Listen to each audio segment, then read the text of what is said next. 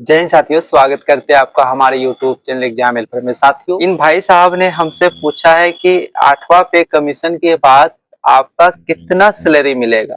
Central government का जितना भी एम्प्लॉय है, उन सभी के द्वारा बनाया गया यूनियन का मेंबर है ना, उनका एक कमेटी बना हुआ है, उसके द्वारा डिसाइड किया हुआ फिटमेंट फैक्टर 3.83 है। ठीक है, जिसमें वो लोग अड़े हुए हैं। जब भी ये 8वां पे कमीशन डिसाइड होगा, 3.83 जो फिटमेंट फैक्टर है, इस पर वो लोग अड़े हुए हैं। ठीक है, 3.83 का जो फिटमेंट फैक्टर, इसके लिए सरकार कभी भी हामी नहीं भरेगा और इसके लिए अभी विचार किया जा रहा है। ठीक है, सारे यूनियन का मेंबर और कमेटी से बात किया जा रहा है। लेकिन मेरे भाई, मैं आप लोग को बताना चाहूंगा, 3.83 फिटमेंट फैक्टर अगर सरकार नहीं दिया तो कौन सा फिटमेंट फैक्टर लगाएगा, इसको मैं इस वीडियो में बताने वाला हूं। और उस फिटमेंट फैक्टर के तहत हमारा सैलरी कितना बनेगा, इसको इस वीडियो में बताने वाला हूं। आप लोग वीडियो को पूरा वॉच करना, ठीक है, और चैनल को सब्सक्राइब कर देना। वीडियो पसंद आता है तो लाइक जरूर करिएगा। चलिए शुरू करते हैं। मेरे भाई, 8वां पे कमीशन में हर डिपार्टमेंट का, यूनियन का एक कमेटी बना हुआ है, उन सभी का एक डिसाइड किया हुआ फिटमेंट फैक्टर है। ठीक है, 8वां पे कमीशन में सरकार से डिमांड किया जा रहा है 8.383%। ठीक है, जैसे कि मैं बात करूं, 2016 से पहले बेसिक मिलता था मेरे भाई लेवल 1 कर्मचारी का 7,000 रुपया। ठीक है, तो इसको बढ़ा करके अभी कर दिया 18,000 रुपया। यानी इसको 18,000 को 7,000 से डिवाइड करते तो मिलता है 2.57। यानी जो 2016 में फिटमेंट फैक्टर लागू हुआ था, 2.57 फिटमेंट फैक्टर को डिसाइड किया गया था और बेसिक बढ़ करके हो गया कितना, 18,000। अब बात करते हैं, ये जो 3.83 जो हमारा यूनियन के द्वारा, सारे यूनियन कमेटी के द्वारा डिसाइड किया गया है ना, इसमें कितना आपका बेसिक बनेगा। अभी 18,000 रुपया आपका टोटल बेसिक है ना, उसका 3.83 करते हैं ना मेरे भाई, तो 68,940 रुपया समथिंग क्या होगा, बेसिक बन जाएगा। ठीक है, यानी लमसम बात करें तो 69,000 रुपया, 69 के बेसिक बन जाएगा लेवल 1 का कर्मचारियों का। लेकिन मेरे भाई, मैं बात करना चाहूंगा, ये 3.83 फैक्टर, फिटमेंट फैक्टर का, तो गवर्नमेंट इसके लिए कभी भी एग्री नहीं होगा। ठीक है, क्योंकि मेरे भाई, ये गवर्नमेंट से उतना उम्मीद नहीं है, क्योंकि मैं आप लोग को बताना चाहूंगा, जब अपना जितना भी विधायक सांसद है, उन सभी का 28% डीए बढ़ाता है, तो सरकारी कर्मचारी का 2% डीए बढ़ाता है।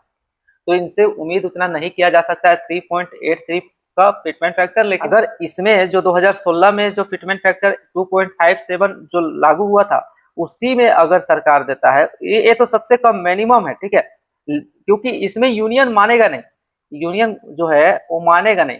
यूनियन के द्वारा जो कमेटी बनाया गया है वो नहीं मानेगा 2.57। लेकिन फिर भी मैं एक अनुमान मान करके चलता हूँ, सबसे कम फिटमेंट फैक्टर इसी को, 2.57 को, तो हो जाता है बेसिक मेरे भाई 46,260 रुपया बनता है। किसका, तो ये लेवल 1 कर्मचारी जिसका 18,000 बेसिक है, उसका 46,260 रुपया बनेगा। लेकिन मेरे भाई, जब यूनियन का मांग है 3.83 का फिटमेंट फैक्टर, और 2016 में बढ़ाया गया था 2.57। ठीक है, ये फिटमेंट फैक्टर गवर्नमेंट जो है ये वाला के लिए नहीं मानेगा। ठीक, और कमेटी, यूनियन का जो कमेटी है, इनके इसके लिए नहीं मानेगा।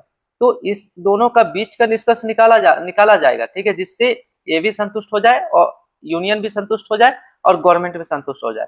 तो मैं इसका एक अनुमान आप लोग को बता देता हूँ ना, सरकार 2.92 का फिटमेंट फैक्टर में आ करके अटकेगा। आप लोग देख लेना, यानी 2.92 फिटमेंट फैक्टर में अगर सरकार आके अटकेगा तो कितना सैलरी बनेगा मेरे भाई, देख लेना। तो कितना बेसिक बनेगा आपका, 52,560 रुपया ये बेसिक बनेगा मेरे भाई।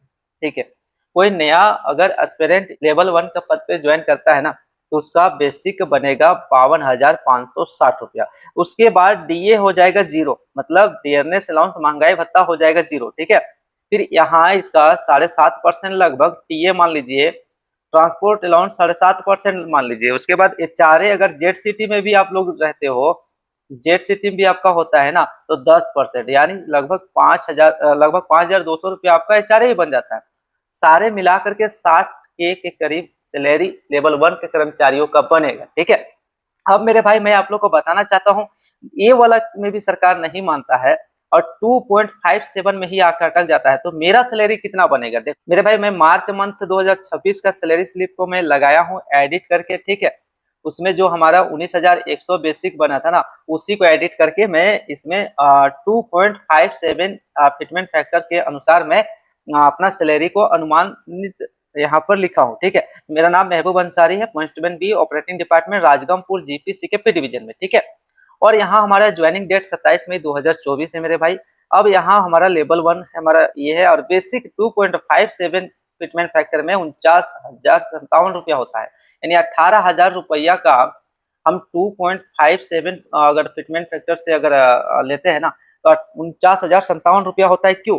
19,100 रुपया हमारा अभी बेसिक है। अभी इस बेसिक का हम 2.57 किए तो हमारा होता है 49,057 रुपया। अब 1 जनवरी 2027 को मेरा तीसरा इंक्रीमेंट होगा, क्योंकि पहला इंक्रीमेंट 18,500 हुआ था, दूसरा इंक्रीमेंट हमारा 19,100 हुआ, अब तीसरा इंक्रीमेंट हमारा 19,900 रुपया होगा, यानी हम लेवल 2 में चले जाएंगे, ठीक है। अब मेरे भाई मैं आप लोग को बताना चाहता हूँ, हमारा सैलरी का बात करूँ ना, तो यहाँ मार्च में 31 डे का था, उसमें 57,600 रुपया 675 रुपया हमारा 2.57 फिटमेंट फैक्टर के अनुसार हमारा क्या ग्रोस बना है, ठीक है। अब कैसे? बेसिक पे 49,057 रुपया ये बता दिया मैं कैसे आया।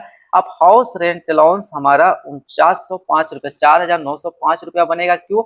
अभी 19,100 रुपया हाउस रेंट अलाउंस मेरा बन जाता है 10%, यानी 1910 रुपया हमारा बन जाता है क्या? House rent allowance. डीए हमारा पूरा का पूरा जीरो हो जाएगा, नील पट्टा सन्नाटा हो जाएगा। अब यहाँ से प्रत्येक 6 महीना में 3% या 2% करके बढ़ते रहेगा, ठीक है। इसमें फिर एक आता है ट्रांसपोर्ट अलाउंस, टीए होता है मेरे भाई, इसमें हमारा 3,680 रुपया हमारा बनेगा, ठीक है। क्योंकि मेरे भाई अभी 19,100 रुपया बेसिक है ना, उसका 1,422 रुपया टीए बनता है, यानी 7.47 इस टाइप का हमारा ये इसका परसेंटेज होता है, ठीक है। लेकिन अगर यही हमारा 49,087 रुपया बेसिक में अगर हम इसका निकालेंगे तो हो जाएगा 3,680 रुपया टीए, ठीक है। इसमें सैलरी में और भी अलाउंस हमारा आना था, लेकिन आया नहीं था उस मंथ, ठीक है। उसके बाद यहाँ पर कुछ डिडक्शन हो जाता है। टोटल ग्रोस कितना बन गया मेरे भाई? 57,675 रुपया, ठीक है। अब यहाँ कुछ हमारा डिडक्शन हुआ, जैसे रेलवे एम्प्लॉयज इंश्योरेंस स्कीम सी के तहत 30 रुपया कटेगा, न्यू स्कीम के तहत हमारा 4908 रुपया कटेगा। मतलब जो बेसिक है ना, बेसिक प्लस डीए का हमारा 10% काटेगा और सरकार उसमें 14% डालेगा, यानी मेरा खुद का 4908 रुपया और सरकार बेसिक का 14% डाल देगा, यानी इसमें लगभग 10,000 रुपया हमारा पर मंथ हमारा एनपीएस में जमा होते जाएगा, ठीक है। टैक्स जो ओडिशा सरकार काटेगा 150 रुपया, ठीक है। अब सुनो, यहाँ टोटल डिडक्शन हमारा रिकवरी हो गया 5,098 रुपया। अगर इसमें माइनस कर दिए 57,675 में 5,098 रुपया, तो हो जाता है हमारा टोटल नेट पे 52,587 रुपया, यानी इसको मान लेते हैं 52,500 रुपया हमारा प्रत्येक मंथ सैलरी बनेगा। सबसे कम, सबसे न्यूनतम फिटमेंट फैक्टर का बात कर रहे हैं, 2.57 जो 2016 में दिया गया था ना, उसमें मैं बात कर रहा हूँ, ठीक है। कोई भी लेवल 1 में पहला ज्वाइनिंग करता है तो उसका सैलरी इतना मान के चलो ना, 52 से लेकर के 55,000 तक उसका सैलरी आएगा, पहला मंथ का सैलरी, ठीक है मेरे भाई। लेवल 1 का कर्मचारी का बात कर रहा हूँ, लेवल 2 का और भी ज्यादा जाएगा, लेवल 3 का और भी ज्यादा जाएगा, ठीक है। कुल मिलाकर के मेरे भाई जब आप ज्वाइनिंग करते हो तो पहला पेमेंट आपका इन हैंड 55,000 रुपया के करीब आपका 8वां पे कमीशन में आएगा, ठीक है। तो उम्मीद करता हूँ मेरे भाई आप लोग को समझ में आ गया होगा 8वां पे कमीशन में कितना सैलरी आप लोग का पड़ेगा, ठीक है। वीडियो पसंद आया तो मेरे भाई लाइक कर देना और चैनल को जरूर सब्सक्राइब करिएगा, ठीक है। मिलते हैं नेक्स्ट वीडियो में, तब तक के लिए जय हिंद, जय भारत।